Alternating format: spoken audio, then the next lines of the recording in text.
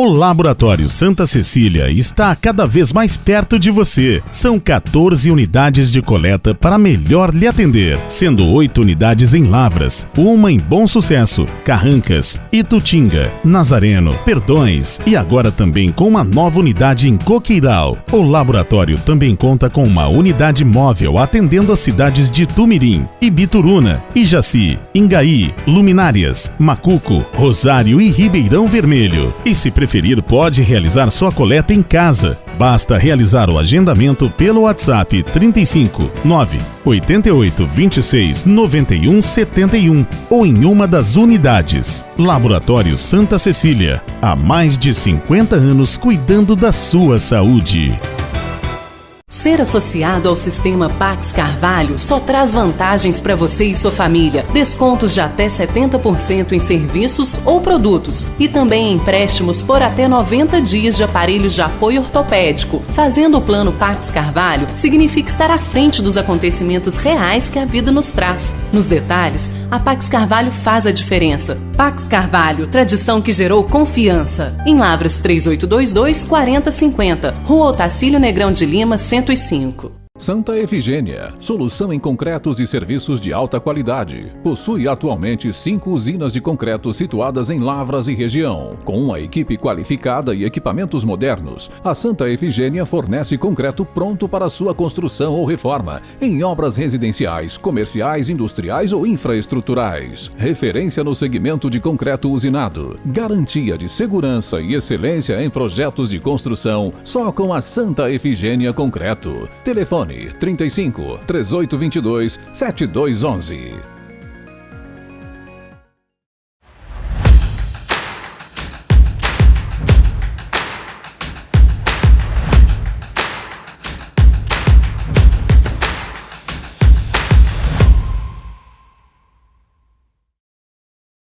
Bom dia, boa tarde, boa noite para você que se liga em mais uma edição do Esporte em Foco, chegando na nossa 26ª edição, episódio 26, e sempre ao meu lado, meu grande, querido amigo Rafael Mendonça, em mais uma edição. Como tá você, Rafa? Fala, Gabriel, um abraço para você, para todos que nos acompanham. Estamos aqui firmes e fortes depois do Mundial de Clubes. As competições envolvendo os times brasileiros retornaram, as movimentações da janela europeia também, e a gente volta ao mundo real. Se é o ideal, não sei, mas é o mundo real, e estamos aqui para trazer mais uma temática bacana para quem nos acompanha. E no final do ano a gente vai fazer aquele comparativo de todas as nossas previsões, Rafael Mendonça, e vamos ver, né? O Chelsea é um que a gente de longe errou, né? De longe nós erramos, campeão dessa primeira edição da Copa do Mundo, e agora voltamos os olhares principalmente às nossas ligas locais, né? Copa do Brasil, Campeonato Brasileiro, Sul-Americana, Libertadores. E começou com tudo em uma semana, já 3 datas realizadas, alguns times aí despontando, é o caso do Cruzeiro, que vem 100% de aproveitamento pós-mundial, o Atlético patinando e muito no Campeonato Brasileiro, conseguindo uma boa vitória fora de casa. É isso, né, Rafa? Voltando aí passo a passo a essa segunda perna dessa temporada de 2025. E nas nossas previsões, muita coisa eu errei, mas se tem uma previsão que até o momento eu tô acertando, que eu tenho muito orgulho, é do Cruzeiro brigando pelo título brasileiro, né? Porque na época que a gente fez aquela previsão, tava no fim ali dos estaduais, o Cruzeiro tinha acabado de ser eliminado pelo América na semifinal do Campeonato Mineiro, tava mal na Copa Sul-Americana, mas dava pra gente ver alguma perspectiva de melhora em um elenco que precisava ser melhor aproveitado. E chegou um técnico que organizou praticamente tudo no que diz respeito ao futebol do Cruzeiro, e aí vai desde a parte tática, técnica, mas a organização também nos bastidores, e a prova é essa. Lembra até, Gabriel, que a gente falava sobre, e você até concordou à época, que tinha muita gente questionando se o elenco do Cruzeiro foi bem montado, o elenco do Cruzeiro é bom, o elenco do Cruzeiro é ruim. A gente até falava aqui, olha, a gente só vai ter essa certeza se o elenco foi bem montado ou não com o desenvolvimento do trabalho do Leonardo Jardim. Qualquer conclusão que fosse tirada daquela época, mês de março, seria muito precipitada, porque aquele grupo de jogadores tinha passado nas mãos de 2 técnicos diferentes, 3 técnicos diferentes em 3 meses. E a prova está aí do domínio que o Leonardo Jardim tem do grupo e da maneira como o Cruzeiro vem se apresentando no Campeonato Brasileiro, tanto é que hoje, dia 21 de julho, ele é líder da competição. É isso aí, Rafa. E agora, já pensando aqui em partir para a tier list de hoje, essa discussão, mais uma vez, com surpresa para Rafael, que não tem ideia do que vem por aí. Rafa, nosso podcast pelo Spotify foi escutado na Albânia nessa última semana. O Haroldo Costa, que é um dos grandes aí da nossa audiência, tá passeando por lá, foi dar aquela corridinha escutando o podcast e ele adorou a tier list das rivalidades, a última, né? Falando justamente aí sobre também as questões culturais que a gente trouxe e é bem interessante. E ele deu uma sugestão. E acatei essa sugestão que hoje vamos falar então, Rafa, das maiores rivalidades em âmbito mundial. Então vamos dar um salto aí do Brasil para o mundo e aí a gente já abre a tier list de hoje. Tem muita coisa boa aqui, Rafa. E aí, mantendo, Rafael Mendonça, aquelas mesmas categorias do último podcast. O Tirem as Crianças da Sala, como o primeiro patamar, os maiores de sair faísca e rivalidade padrão, que é muito difícil, a gente falando de âmbito mundial, aí vai ficar complicado. Peguei aqui, Rafa, na minha preguiça danada, no site Esportes Mídia, que fez uma lista aqui com as 32 maiores rivalidades. Elegi aqui as que eu achava mais pertinentes, cheguei a 10 para o nosso podcast não ficar tão longo assim. E a gente vai discuti-las aqui, obviamente, nessas 3 categorias maiores de sair faísca e rivalidade padrão, onde nós temos espaço aí para 3 em cada, mais uma sobrando para a gente colocar em qualquer uma. Tá? Então, 3 rivalidades em cada uma dessas categorias, uma rivalidade a gente coloca em cada uma delas, em uma delas pelo menos, e o Tirem Crianças da Sala, a maior rivalidade do mundo, segundo Gabriel Susbacher e Rafael Mendonça, ou seja, estamos elegendo aqui porque com a nossa toda a nossa pompa, Rafael, toda a nossa importância em relação do mundo, a gente sabe que vai dar o que falar em todos os continentes essa tier list de hoje, que tem aí, Rafa, o Wydad Casablanca e Raja Casablanca, a rivalidade histórica lá do Marrocos, Internacional de Milão e Milan, Roma e Lazio, Peñarol e Nacional do Uruguai, Estrela Vermelha e Partizan, lá da Sérvia, o Grenal, que foi o nosso campeão aqui da tier list brasileira, representando o nosso Brasilzão, Fenerbahçe e Galatasaray, lá na Turquia, Barcelona e Real Madrid, na Espanha, Celtics e Rangers, da Escócia, Boca Juniors e River, da Argentina. E como são 32, Rafa, ficam aí as nossas honras, né? O Fla-Flu, ao Racing Independente, que é um clássico ali, onde eles dividem praticamente a parede do estádio um com o outro, Corinthians e Palmeiras, que a gente já falou aqui também, além de Nils, Old Boys e Rosário Central, que é uma cidade aí provinciana, né? Uma cidade grande, mas uma cidade provinciana também da Argentina, que carrega esse grande clássico também. Mas falando dos 10 clássicos aí, Rafa, de bom tamanho, já tá fazendo aquela sua pré-lista mental? Cara, hoje vai ser muito difícil. Vai ser muito difícil, sabe por quê? Eu vou cometer cada blasfêmia aqui de ter que direcionar um desses clássicos para rivalidade padrão, porque nenhum desses aí é uma rivalidade padrão. Mas a gente tem que fazer isso porque somos obrigados a isso na nossa tier list, porque a polêmica nos move. Mas é tanta coisa, ô Gabriel, e já vou adiantar que um dos meus critérios aqui é o aspecto histórico que vai além do futebol. Muitas dessas rivalidades têm componentes que vão além do futebol e ajudam a explicar até a história do mundo. Então, para quem gosta de história do esporte e geopolítica, de um modo geral, o episódio de hoje é um prato cheio. E a gente não vai ter como, né, Rafa, entrar fundo em todas as histórias, então a gente vai dar uma passada geral em cada uma delas. E até segundo aqui o Sports Media, algumas outras rivalidades eu coloquei também aqui, algumas outras fontes, para a gente ilustrar, né, a importância. E começando, Rafa, onde o futebol é muito forte, né? Vamos pensar na antiga Iugoslávia, que foi muito bem em várias edições de Copas do Mundo, mas que hoje a Sérvia, né, a cidade de Montenegro, ela não recebe, né, mas ela abriga aí duas equipes que têm uma rivalidade monstruosa, que é a Estrela Vermelha, o Estrela Vermelha, que já foi campeão até de Champions Leagues aí de edições passadas, e o Partizan, que é reconhecido por muitos, Rafael, como o clássico mais sangrento do mundo. Durante muito tempo, esse jogo foi uma representação de uma disputa política entre o Ministério do Interior, que é representado pela equipe do Estrela Vermelha, pelos adeptos do Estrela Vermelha, e o Exército Iugoslavo, que é uma representação aí praticamente dos torcedores do Partizan.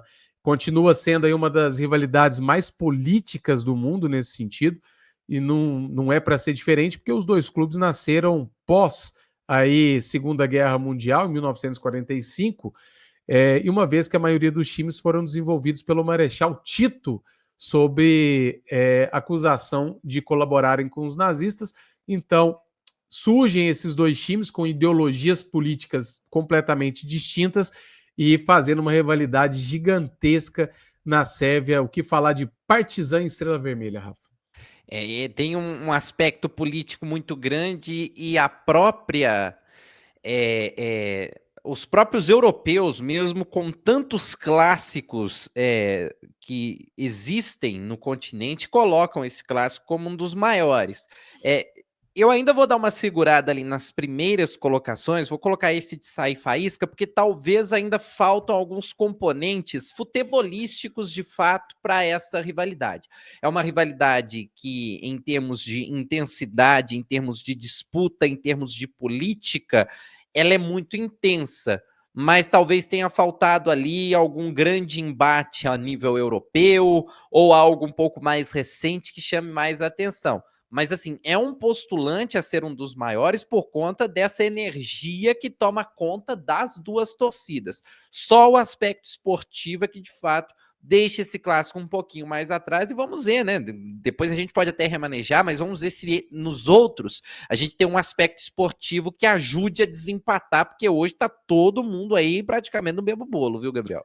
Exatamente. E tem aquela dica cultural do dia, né, Rafael Mendonça, que não vou me lembrar agora, depois a gente pode até colocar no card do vídeo aí alguns links com vários documentários sobre essa rivalidade que eu acho que fica bom, Rafael, nessa categoria, porque é de sair faísca realmente.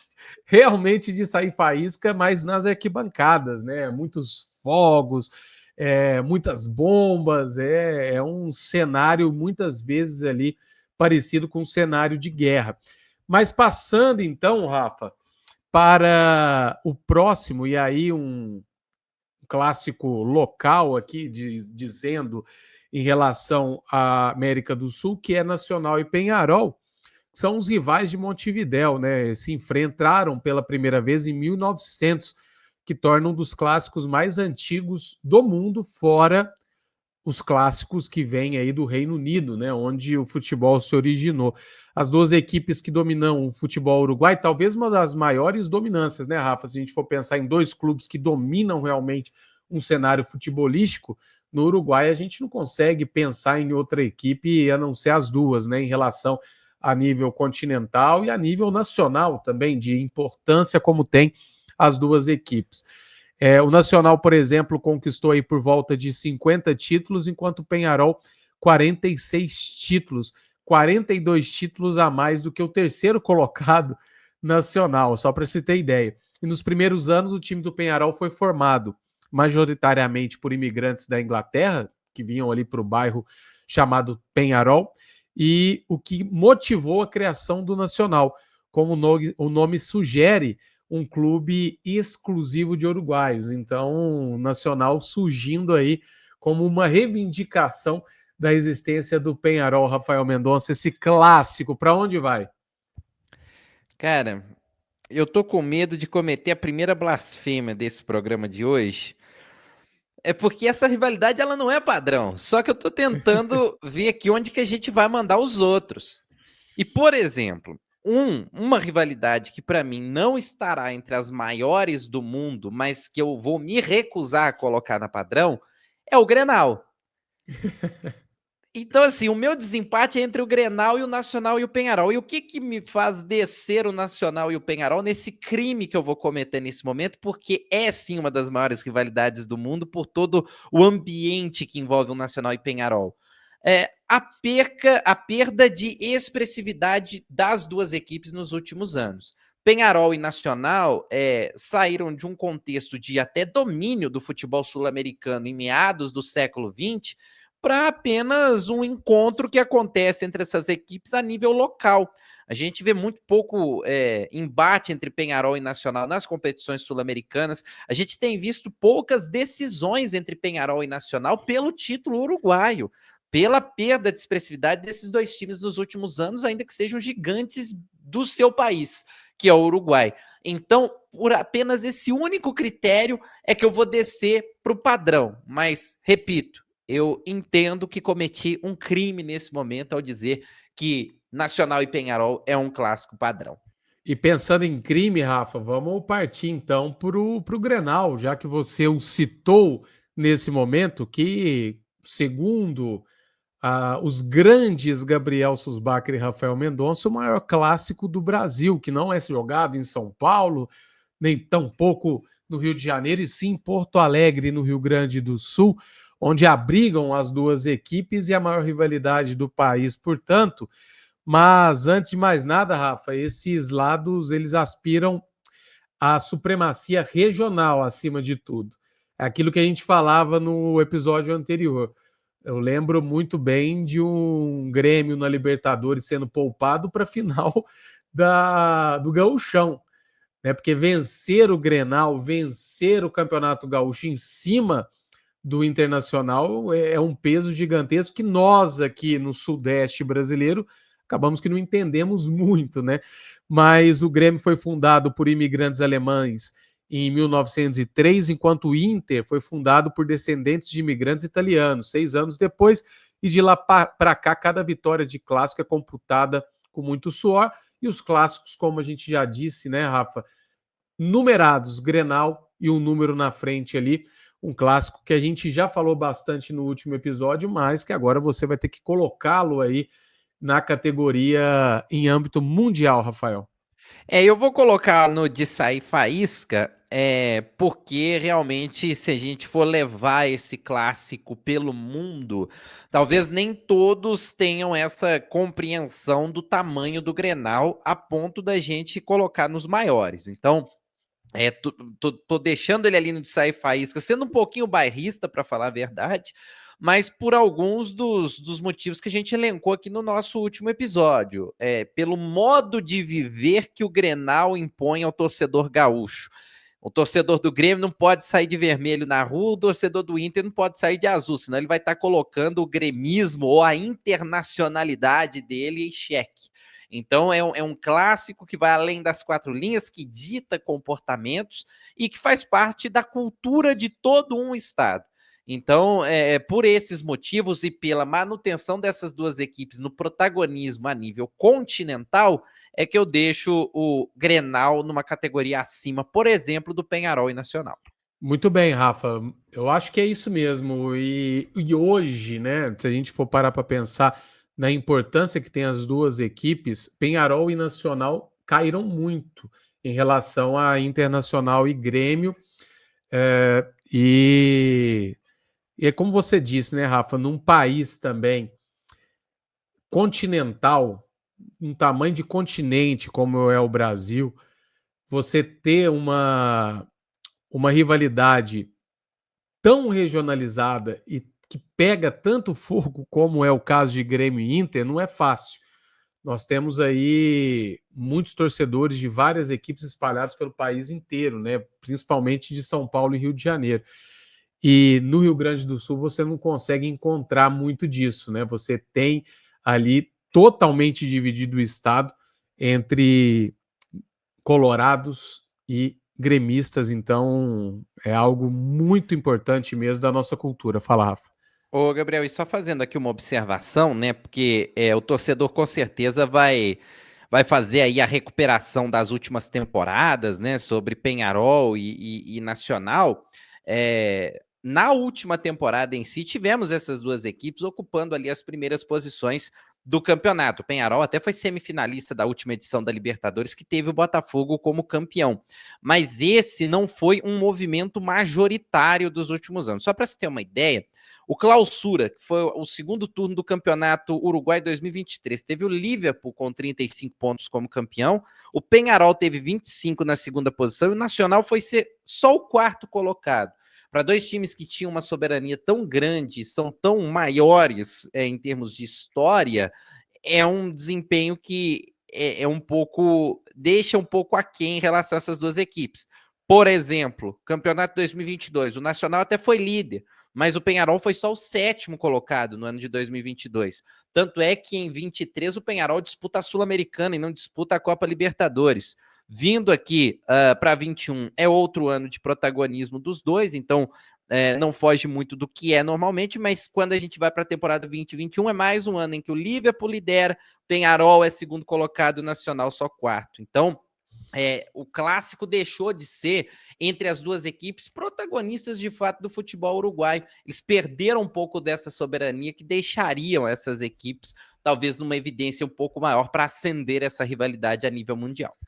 Muito bem, Rafa, e agora a gente pega um voo direto para Milão, na Itália. A gente vai falar aí do Derby della Madonnina, que é o grande clássico entre Internazionale de Milão e Milan, um clássico aí quase centenário, Rafael Mendonça, que tem como um dos principais uma das principais figuras ali centrais, até o próprio estádio, né, que ele é San Siro, quando jogado pela equipe do Milan, e Giuseppe Meazza, quando utilizado pela equipe da Internazionale de Milão. O clássico mundialmente conhecido, né, Rafa, até pelo poder e pela fama das duas equipes ao longo de várias temporadas na história. Existe esse nome de La Madonnina, porque La Madonna é como se chama Nossa Senhora lá na Itália, e um dos monumentos mais visitados lá da capital Milão é a Nossa Senhora La Madonna, que está à frente da Duomo de Milano, ali na frente. Então é o clássico da cidade aí que traz como referência La Madonna. O que falar desse Internazionale de Milão e Milan, Rafael Mendonça? É um clássico que tem alguns aspectos históricos interessantes. Inclusive, essa questão do nome do estádio, durante muito tempo se teve essa teoria de que quando um time joga um nome, quando o outro time joga tem um outro nome, mas os próprios italianos andaram, não vou dizer desmentindo, mas fazendo uma observação em relação a esse nome, porque o estádio leva dois nomes. É que San Siro é o bairro onde fica o estádio e Giuseppe Meazza é o nome do estádio, que é uma referência a um ex-jogador da Inter de Milão. Aí talvez possa até ter a preferência dos torcedores do Milan em falar San Siro por fazer referência a um ex-jogador da Inter, mas é como se falássemos Mineirão e Gigante da Pampulha. Na Pampulha é onde fica o Mineirão, e Mineirão é o nome do estádio. Então seria mais ou menos essa associação. Agora, em relação ao histórico entre as duas equipes, é um clássico que tem um aspecto esportivo muito grande, porque decidiram vários títulos, tiveram grandes momentos, e até recentemente, sem esses dois times estarem no auge, como estiveram, por exemplo, ao longo dos anos 2000, do começo ali dos anos 2000 até 2010, mais ou menos, tivemos recentemente Milan e Inter decidindo o Campeonato Italiano, decidindo Copa Itália, e surpreendentemente, muitas vezes o Milan, estando mal, venceu a Inter de Milão, a exemplo do que aconteceu ao longo dessa temporada na semifinal da Copa Itália. Então, esportivamente, é um clássico que entrega muito. Eu ainda vou deixar no de sair faísca, porque eu acho que para os maiores tem outros com rivalidades mais afloradas. Porque, por exemplo, não são grandes aspectos históricos que a gente tem envolvendo os conflitos entre as duas torcidas. Tem, por exemplo, uma parte da torcida da Inter de Milão está ligada à máfia italiana, e aí é também um componente interessante desse clássico e de alguns conflitos que existiram. Mas tem outros aí pela frente que eu acho que a gente pode colocar ali nos maiores, ou de qualquer forma dá para remanejar também. E continuando na Itália, Rafa, nós temos também o clássico da capital, El Derby della Capitale, como se dizem os italianos, entre Lazio e Roma. E é uma rivalidade aí quase centenária também, a Lazio fundada em 1900, com uma forte ligação aí à ideologia direita, né, politicamente falando, enquanto a Roma surgiu em 1927, já mais para o lado esquerdo politicamente na Itália. A Lazio adota o azul celeste e a águia como símbolos inspirados nas Olimpíadas de Atenas, ali de 1896, e também um pouco da mitologia romana, enquanto Roma escolheu o amarelo e vermelho, cores do Império Romano, e a lobo por ser símbolo da fundação da cidade. As torcidas, as ultras, de ambas as equipes, são conhecidas por uma paixão gigantesca e também casos aí de violência e preconceito umas com as outras. E como acontecia no Mineirão, quando ele era dividido, Rafael, para Atlético e Cruzeiro, e aí a galera aqui de Minas vai lembrar muito bem, você tem aí o lado norte, atrás de um dos gols, separado para uma das torcidas, e o lado sul separado para outras, né? Era aquele famoso, a Galoucura sempre ali no gol da Lagoa, a Máfia Azul sempre no gol da cidade. E são histórias, né, que permeiam esse clássico, mais um aí nas terras italianas, Rafa. E esse, diferentemente do Milan Inter, tem um aspecto histórico e político muito grande. E que tem reflexos até hoje. Você citou aí o espectro político da fundação de cada uma dessas equipes, e de fato a Lazio tem uma associação um pouco mais voltada ao fascismo, na época em ascensão na Itália, e que foi chegar ao fim apenas com o final da Segunda Guerra Mundial, mas ainda com comportamentos e decisões sendo tomadas com aquela forma de pensar que se refletiram ao longo dos anos e tem reflexos até hoje. E a Roma, num lado um pouco mais revolucionário, voltado mais à parte social da situação, mas sem isentar também a culpa nos conflitos que existiam entre os dois lados. Então, sempre teve esse embate muito grande ideológico entre as torcidas. Tem até um episódio, Gabriel, e aí agora eu fico devendo os detalhes desse episódio, mas que aconteceu ali na década de 70, às vésperas de Lazio e Roma, teve um conflito entre jogadores da própria Lazio por conta de armamento. Tinha um jogador em específico da Lazio, agora eu vou ficar devendo o nome, como eu disse, preciso lembrar de fato os detalhes dessa história, mas tinha um jogador da Lazio que, seguindo a ideologia que originou o clube, era um pouco mais favorável à defesa do armamento da população, e ele tinha uma arma escondida. Um outro jogador que estava na própria Lazio não era adepto desse comportamento. Criou-se todo um conflito interno e aconteceu até uma troca de disparos na concentração da Lazio às vésperas de um jogo contra a Roma. Então é só um pouco desse exemplo de como a influência política interfere nesse clássico, que, para além de qualquer coisa, no futebol também teve grandes momentos. Aquela Lazio da virada ali dos anos 2000, que tinha o Nesta ali na zaga como um dos grandes nomes, conseguiu fazer bons embates contra a Roma, e aí a Roma de Totti ao longo dos anos 2000 também protagonizava grandes confrontos, e um dos clássicos entre Roma e Lazio que mais me marcam a memória é um recente, que foi o último clássico do Totti pela Roma, um clássico em que ele vem do banco de reservas, a Lazio tá vencendo por 2-0, ele faz 2 gols já no finalzinho da carreira e ele tira aquela famosa selfie no Estádio Olímpico de Roma, pega o celular ali de um dos fotógrafos, tira a selfie com os companheiros de equipe e para mostrar que ele ainda estava presente mesmo com a idade já mais avançada. Então, por ter essa interferência política um pouco maior e ter um fator extracampo que chama a atenção, combinado com fatores dentro de campo que também foram chamativos ao longo da história, eu coloco esse como um dos maiores. Muito bem, Rafael Mendonça, você me surpreendeu aqui, eu pensei, pelo seu conhecimento, né, Rafa, também, porque a galera até vai duvidar da gente, Rafael Mendonça, que isso aqui é surpresa, tá? Pelo seu conhecimento técnico. Quando a gente ainda não trabalhava junto, época de Lavras Vôlei, eu te apelidei de PVC do Sul de Minas. Mas eu vou ter que mudar esse aspecto, viu, Rafa? Mas, inclusive, se você quiser alterar depois essa distribuição, Gabriel, porque talvez eu tenha sido um pouco tendencioso, porque eu gosto muito do clássico Roma e Lazio, né? Então, talvez por isso eu tive até um leque de informações um pouco maior, mas provavelmente você vai ter que desempatar alguma coisa aí, então já vai pensando também, viu?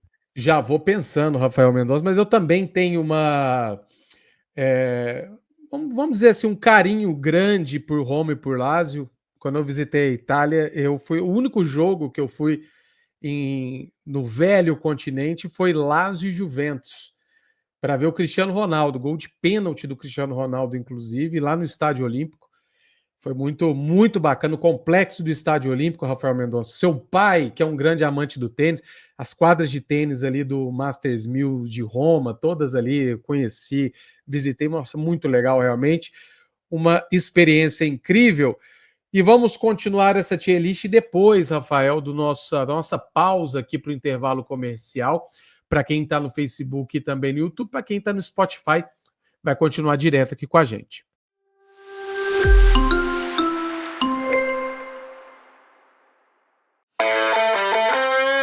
Ademir Rocha Barbearia, uma experiência única para o homem que valoriza o seu estilo. Do clássico ao sofisticado, oferece atendimento de excelência no cuidado da barba, cabelo ou bigode. Tudo isso num espaço descontraído e perfeito para uma boa prosa e reencontro com os amigos. Ademir Rocha Barbearia, homem que se gosta, se cuida. 4 unidades em Lavras. Telefone 4104-0428. Os melhores peixes de Lavras e região você encontra na Companhia do Peixe, no Mercado Municipal de Lavras. Peixes fresquinhos e com procedência. Confira nosso filé de tilápia, o delicioso salmão e a tradicional traíra espalmada. Companhia do Peixe, Rua Miceno de Pádua, 635, Loja 7, no Mercado Municipal. Fones 9917-6706 e 9209-5580.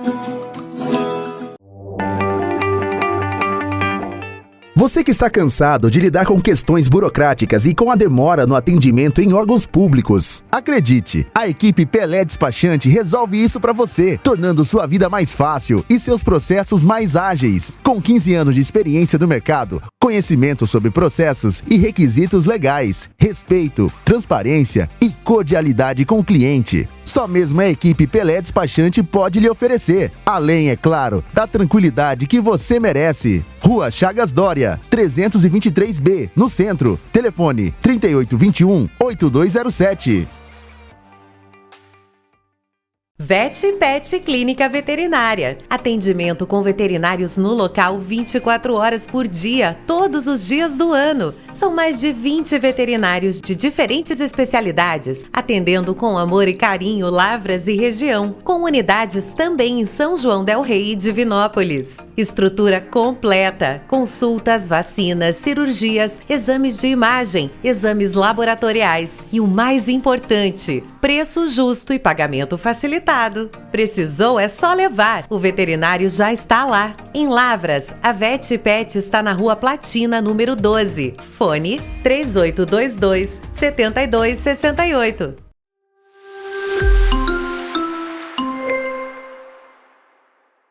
Estamos de volta aqui no nosso Esporte em Foco hoje com a tier list com as maiores rivalidades do mundo do futebol.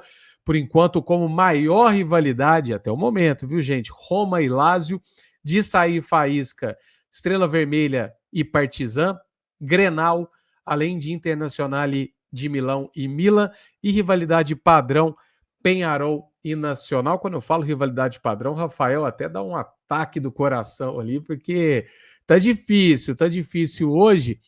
Mas vamos então agora, Rafa, num voo rasteiro para o superclássico sul-americano, que em termos de paixão, talvez, cor, atmosfera, inimizade profunda, não tem como tirar esse clássico entre Boca e River como um dos maiores, o maior da Argentina e talvez o maior da América do Sul, né?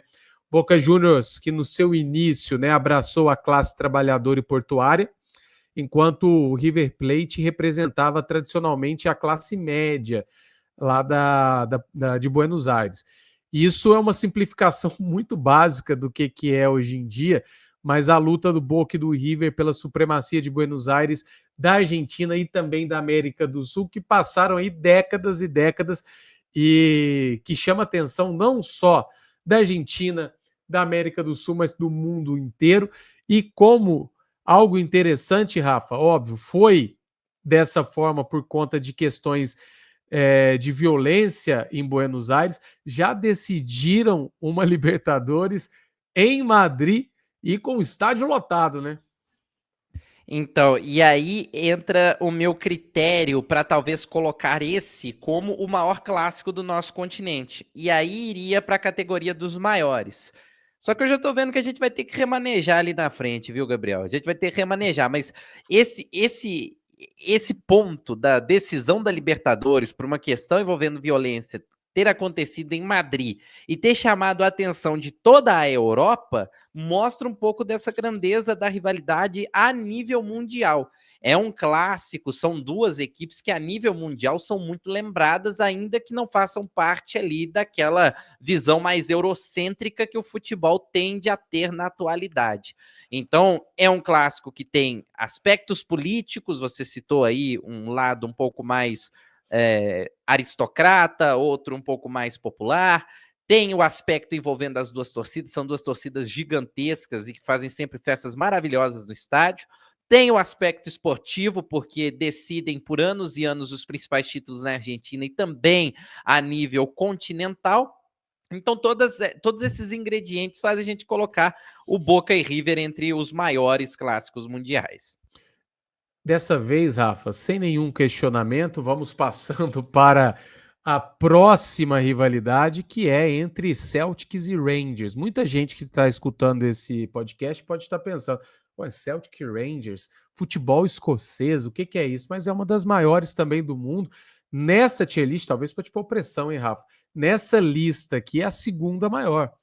Atrás eu não vou te falar qual, porque eu já estou colocando aqui essa pressão, não vou te colocar mais uma, né? Ela é datada de 1888, é aquilo que a gente falava, Reino Unido, a gente tem aí o futebol mais que centenário. O clássico, ele é chamado aí de Old Firm, é uma das rivalidades mais antigas do futebol, envolvendo dois dos maiores clubes da Escócia.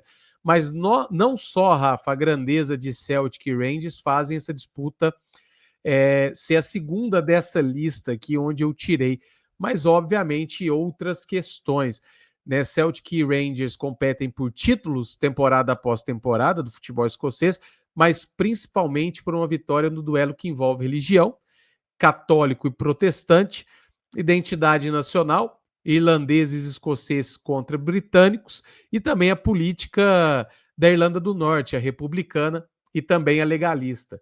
Tá bom, Rafael Mendonça, ou você quer mais? E outra coisa, o Celtics, que recentemente ele teve a falência, né, decretada, ele caiu lá para a quarta divisão. É o Rangers. O Rangers. Caiu lá para a quarta divisão, teve que vir e, pasmem, né, a rivalidade nunca acabou. Só cresceu e cresceu. O Rangers hoje está novamente na elite do futebol escocês e a rivalidade mais acesa do que nunca, né, Rafa? E aí, você já ouviu aquele ditado de que política, futebol e religião não se mistura? Rangers e Celtic não estão nem aí para isso. Eles pegaram as três pólvoras do planeta e misturaram numa cumbuca só. Eu já vou ter que fazer aqui, eu vou sugerir o primeiro trabalho de remanejamento, ô Gabriel, porque olhando o que está por vir aqui, aí eu quero ver se você concorda comigo. Eu desceria o Inter e Milan e desceria o Roma e Lazio, por mais que eu tenha um carinho absurdo por Roma e Lazio, mas não dá para deixar essa bomba que é Celtic e Rangers de fora ali dos maiores. Tudo bem, falta um pouco no aspecto esportivo que a gente está levando em consideração para colocar aí entre os maiores clássicos do mundo. Mas ele mexe com uma série de fatores geopolíticos, então ele também dita uma forma de se viver. E aí, só explicando um pouco da história, o Celtic ele é mais ligado à comunidade católica escocesa e o Rangers ligado ao protestantismo. Você pode até me corrigir se eu tiver trocado, É isso Gabriel. mesmo, é isso mesmo. Mesmo, né? E aí tem todas aquelas questões envolvendo imigração, porque no momento em que um estava aparecendo, era um time muito voltado era um time composto muito por jogadores estrangeiros. Então, essa questão de defender o lado nacional fez com que o Rangers florescesse também, com a pegada um pouco mais voltada ali à religião que não tem origem católica, no caso ao protestantismo, e criou-se uma série de embates entre os próprios torcedores por conta desse tipo de posicionamento. Então, muitos dos conflitos, e foram vários que aconteceram entre essas duas torcidas, têm muito mais motivação política e religiosa do que propriamente dentro de campo. Então, como eu disse, esse clássico ele mistura três grandes bombas: política, futebol e religião. Então, por conta dessa interferência em toda a Escócia e no modo escocês de viver, é que eu acho que esse clássico ele não pode ficar de fora da lista dos maiores. Ô, Rafa, tem uma coisa que eu acho muito interessante, é porque aqui no Brasil, é óbvio, o futebol é identificação. Você se identifica com o clube, passa a ser torcedor dele. Mas aqui no Brasil, o clube ele não identifica o torcedor. Ah, eu sou torcedor do Atlético, sou torcedor do Cruzeiro, do Corinthians. A pessoa, ela não é estigmatizada socialmente por torcer por um time ou por outro. Óbvio, tem as brigas de torcida, mas eu digo na sociedade em geral, né? Então, quando você se diz torcedor do Celtics ou se diz torcedor do Rangers, é basicamente um perfil traçado daquele torcedor. Então, isso é algo surreal, na minha visão, de se pensar. E como você disse, dita a própria vida, o cotidiano de um país, né? E essa observação ela é fantástica, Gabriel, porque aqui no Brasil a gente não tem esse perfil e eu acho que tem muito a ver com uma questão histórica, de formação social do brasileiro mesmo, e aí seria um debate talvez para um outro podcast, de um outro tema, de um outro canal, mas isso também interfere no perfil das rivalidades. Enquanto na Europa não, na Europa a gente tem muito dessa identificação de um clube com um determinado espectro, com um determinado grupo político, com uma determinada religião. Então, é complicado. Envolve muito mais socialmente o perfil do torcedor do que aqui no Brasil. E talvez até por isso algumas questões que envolvam a rivalidade sejam maiores em países como a Escócia, por exemplo, do que propriamente aqui no Brasil ou em outros países sul-americanos. Muito bem, Rafael, e vamos passar agora que talvez, com toda certeza, hoje, o jogo de futebol em relação a todos esses clássicos mais aguardado e talvez mais visto por todo mundo é El Clássico, lá na Espanha, entre Real Madrid e Barcelona. É uma exibição obrigatória, né, Rafa? Não apenas na Espanha, mas em praticamente todo o mundo. Os encontros entre Real Madrid e Barcelona são assistidos regularmente, Rafa, por aproximadamente 700 milhões de pessoas. Então é um número muito expressivo, falando no âmbito do futebol. De um lado, né, temos o clube ligado à monarquia espanhola, Real Madrid, e do outro, o maior clube da região separatista da Espanha, Catalunha, né, os catalães ali, os torcedores do Barcelona até enxergam o Barcelona como uma seleção da Catalunha, não só como um clube de futebol. E este é um choque entre duas identidades contrastantes. Jogadores estrelares e dirigentes também acrescentam ainda mais a intriga nessa disputa, que aquela questão de troca, de traições que a gente trabalhou aqui, a gente trabalhou só com traições brasileiras. Mas, por exemplo, a maior de todas as listas que eu encontro, Rafa, é a de Luís Figo, saindo do Barcelona e indo para o Real Madrid, o que falar do El Clássico, Rafael Mendonça. Cara, e o Figo é detestado pela galera do Barcelona até hoje por conta disso. Inclusive, um dos poucos jogadores em toda a história que saiu de um clube e foi para o outro sem nenhuma rusga foi o Evaristo de Macedo. Tudo bem que foi num passado muito distante, mas ele é um dos caras que consegue ser respeitado pelos dois times. Então é legal a gente ver esse cara que foi um brasileiro que desbravou o futebol europeu numa época em que nem tantos brasileiros iam para a Europa e ser respeitado por duas grandes instituições. Está entre os maiores, Gabriel, porque tem uma questão política envolvida entre separatistas e nacionalistas e tem uma questão esportiva fortíssima, principalmente ali no auge de Messi e Cristiano Ronaldo. Real Madrid e Barcelona era um evento do final de semana para quem gostava de futebol. Chegava o anúncio, esse final de semana tem Real Madrid e Barcelona, sábado, 4 da tarde. Todo mundo para o que está fazendo, quem gosta de futebol, para ver Real Madrid e Barcelona, independentemente de morar na Espanha. Então, o alcance global desse clássico é muito grande. Fora os títulos nos quais eles estiveram envolvidos, os melhores jogadores do mundo estiveram nessas duas equipes. Então tem toda uma questão que envolve a cultura, o povo espanhol, mas também o futebol a nível global. Então não tem como ficar fora da lista dos maiores o Barcelona e Real Madrid. Com toda certeza, Rafael Mendonça. E agora vamos para o representante africano dessa lista. Vem lá de Casablanca. Segundo as minhas fontes, Rafael, se você é de Casablanca, ou você é Raja ou você é Uidá. Então, um ou outro. E aqui no Brasil a gente está conhecendo bastante esses times agora. O Uidá Casablanca, que disputou a última edição do Mundial, e os torcedores do Atlético e também do Cruzeiro nunca vão esquecer do Raja Casablanca, que eliminou o Atlético lá em 2013, 3-1. Lembro dos jogadores do Raja deixando o Ronaldinho Gaúcho quase nu no estádio, mas se engana, Rafael, mais uma vez, quem diz aí que política não se mistura com o futebol. Esse derby aí marroquino desde os meados da década de 50. De um lado estão torcedores de bairros populares e de outro adeptos à monarquia marroquina. Enquanto o Raja Casablanca é fundado por trabalhadores dos bairros populares, parte deles envolvidos com movimentos nacionalistas ou de resistência, o Uidá está ligado à elite marroquina, tendo inclusive o rei Mohammed V como torcedor ilustre até a sua morte em 1961. Mais um exemplo de como se mistura, né, Rafa, a política, nesse caso mais a política, mas também a religião e outras questões, Rafa. É uma mistura muito forte nesse caso. E, Gabriel, é porque eu preciso preencher o espaço do rivalidade padrão. Não é uma rivalidade padrão, assim como Inter e Milan e Peñarol e Nacional, mas meu único critério vai ser o alcance global desse clássico, porque muita gente acaba não conhecendo a história de Wydad Casablanca e Raja por não ser um clássico conhecido a nível mundial.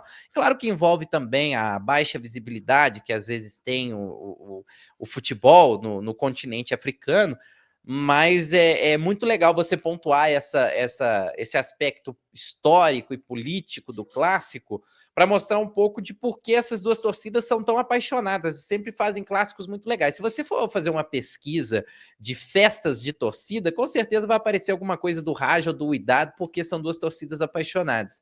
Então, com pesar que eu deixo ali no rivalidade padrão, mas unicamente por ser desses clássicos todos, talvez aquele que seja o de menor conhecimento a nível global. Rafa, e o último aqui da lista vai ser o clássico turco. E eu já vi em outros podcasts aí, Alex, ex-Cruzeiro, que já foi tema aqui do nosso podcast em outros episódios, Felipe Melo também, falando muito desse Galatasaray e Fenerbahçe, que para eles não tinha nada igual no mundo. A loucura que é você jogar na Turquia e jogar esse clássico, que basicamente, aí eu vou te falar, Rafa, também está, como outras que você já colocou aqui, está entre as top 5 dessa lista que eu estou utilizando como fonte aqui em outro site da internet. É uma das maiores rivalidades, uma das maiores cidades do futebol do mundo, porque abriga mais de 10 clubes nas 3 principais divisões do futebol turco, mas quando o Fenerbahçe e o Galatasaray se enfrentam, a cidade que ocupa 2 continentes pode ficar pequena demais, Rafael. O maior jogo de todos coloca o Fenerbahçe sediado na metade asiática da cidade turca, contra o Galatasaray, localizado do lado europeu de Istambul. E a geografia na Turquia ajuda a explicar muitos desses conflitos, e aí por todas essas questões que a gente já havia mencionado em outras rivalidades, Rafael Mendonça. Para onde vai Galatasaray e Fenerbahçe? Olha, é um clássico muito grande, a nível esportivo mundial talvez não tenha o protagonismo de outros, mas os próprios relatos dos jogadores mostram um pouco disso, né? E esse é um clássico que tem também uma participação muito inflamada dos torcedores. É muito comum a gente ver aí torcida invadindo o campo, fogos sendo arremessados, rojões sendo arremessados no gramado, é frequente. As forças de segurança lá da Turquia, elas já vão preparadas e tentam fazer uma operação especial para quando acontece esse tipo de confronto. E o Felipe Melo é tão doido que ele conseguiu brigar e provocar o torcedor num clássico desse, nos tempos em que ele jogava no Galatasaray. Então mostra um pouco da falta de senso ali do ex-jogador e agora volante Felipe Melo. Assim, ô Gabriel, dá para a gente colocar na lista dos maiores, porque de qualquer forma a gente vai precisar de um ali com 4, né? Então, por conta de toda essa questão que envolve o ambiente, a divisão do país entre Ásia e Europa e os relatos dos próprios jogadores, que acho que é algo muito importante também, dá para a gente colocar ali na lista dos maiores. Eu já adianto que não vai ser, na minha opinião, o voto para maior, mas dá para a gente colocar aí na lista dos maiores também. Muito bem. E Rafa, todo episódio você fala alguma coisa, a gente vai no meio do assunto aqui e me dá aquele toque de possibilidade de pauta para as próximas tier lists.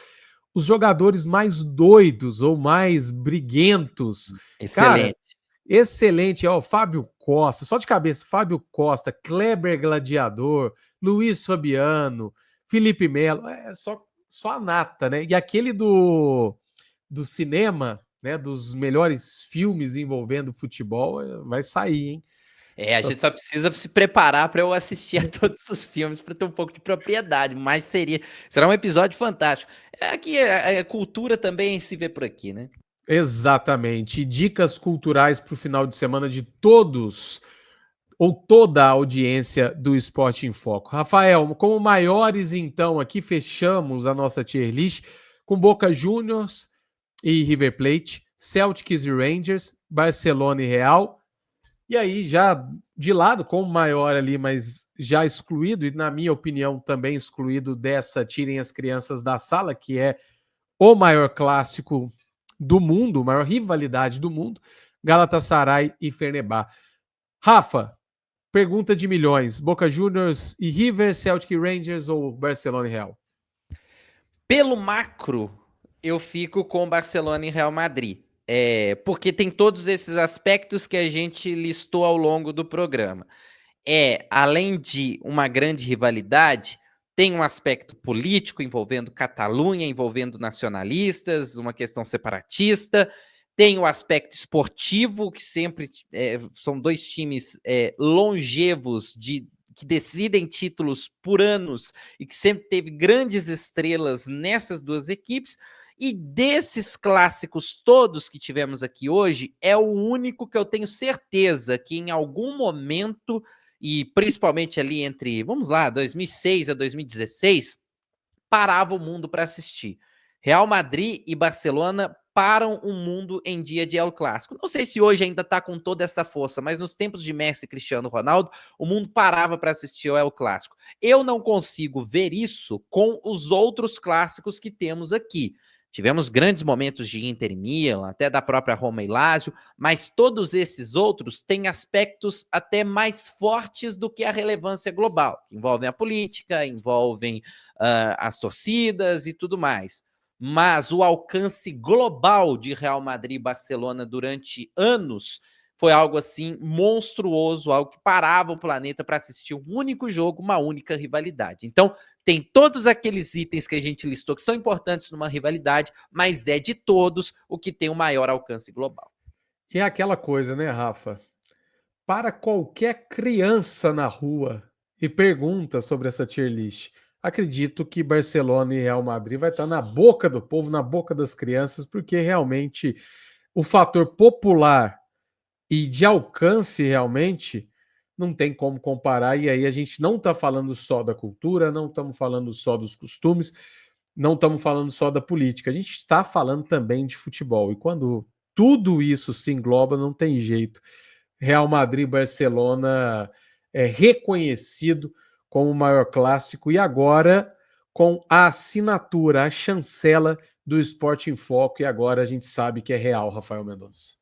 Com certeza, era essa a opinião que o mundo precisava ouvir para definir qual era o maior clássico de fato.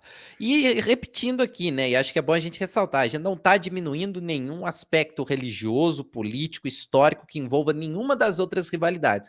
É apenas um desempate que a gente precisou ter, e a gente sabe que o futebol, por ser um esporte popular, o que é popular é o que vai acabar levando ao desempate em algum momento, como é o caso desse Barcelona e Real Madrid. Show de bola, Rafa. Como rivalidade padrão, tivemos aí Peñarol e Nacional do Uruguai, Internacional de Milão e Milan, Raja Casablanca e Wydad Casablanca, de Sair Faísca, Estrela Vermelha e Partizan, Grenal, além de Roma e Lazio. Os maiores, Boca Juniors e River, Celtics e Rangers, Fenerbahçe e Galatasaray, e tirem as crianças da sala para o El Clássico, ou melhor, Barcelona e Real Madrid. Bom tamanho, Rafael Mendonça. Eu achei que eu ficaria com a consciência mais pesada ao fim desse episódio, mas até que foi tranquilo, exceto pela nossa última categoria, que acabou menosprezando um pouco aqueles clássicos, mas a galera entendeu no fim das contas. Exatamente, Rafael Mendonça. Um grande abraço para você. Até a próxima semana, se Deus quiser, com mais uma tier list. Tomara que com a dos esquentadinhos, dos malucos do futebol, porque essa vai ser bacana demais. Um grande abraço também para quem se ligou aqui no Esporte em Foco. Até a próxima semana. Tchau, tchau!